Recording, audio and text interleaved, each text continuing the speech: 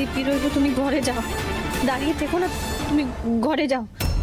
ঝলমল, নিজের ঘরে যাও, ঘরে যাও।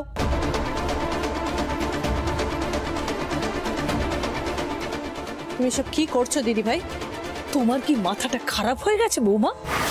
কি আশ্চর্য, আপনারা তো পুরো ঘটনাটা জানেন না, পুরো ঘটনাটা না জেনে কেন এইসব করছেন? তোমার জানতে আর কি বাকি আছে বলতে পারো? ঘরের বাইরে এত লোকজন, এত আত্মীয় স্বজন আছে, তাদের সামনে মাথা হেট না করালে তোমার পেটের ভাত হজম হচ্ছে না? তোমার যদি এতই মাছ খাওয়ার শখ ছিল তাহলে সৎ সাহস থাকলে সবার সামনে খেতে পারতে। এখানে লুকিয়ে চুরিয়ে সবার আড়াল কেন খাচ্ছ? ও সত্যি আমি আর পাচ্ছি না। সকাল সন্ধে এই বস্তির মেয়েটার কাণ্ড কারখানা দেখতে দেখতে আমি ক্লান্ত হয়ে পড়েছি। এটা একটা শোকের বাড়ি বলে মনেই হচ্ছে না। ছি ছি ছি। আমাকে একটু বলতে পারেন?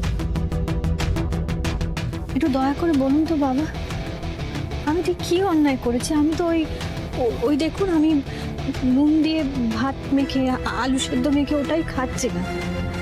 এই বাড়ির প্রত্যেকে জানে আমি মাছ খেতে খুব ভালোবাসি।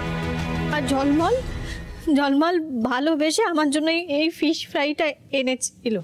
আমার দোষটা কোথায়? দিদি ভাই, তোমার এই ন্যাকামোটা বন্ধ করো, দয়া করে বন্ধ করো এবার। নিজে মাছ খাবে বলে পাছে কেউ কিছু জানতে না পারে আমার ছেলেটাকে মাঝখানে টানছো।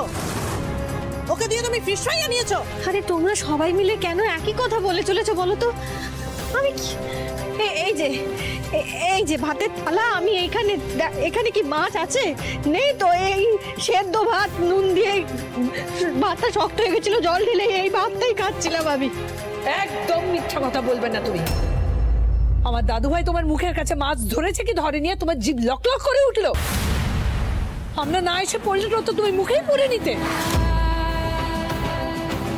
এই মাছ যদি তুমি তোমার মুখে দিয়েছো, আমি কিন্তু আত্মঘাতী হব।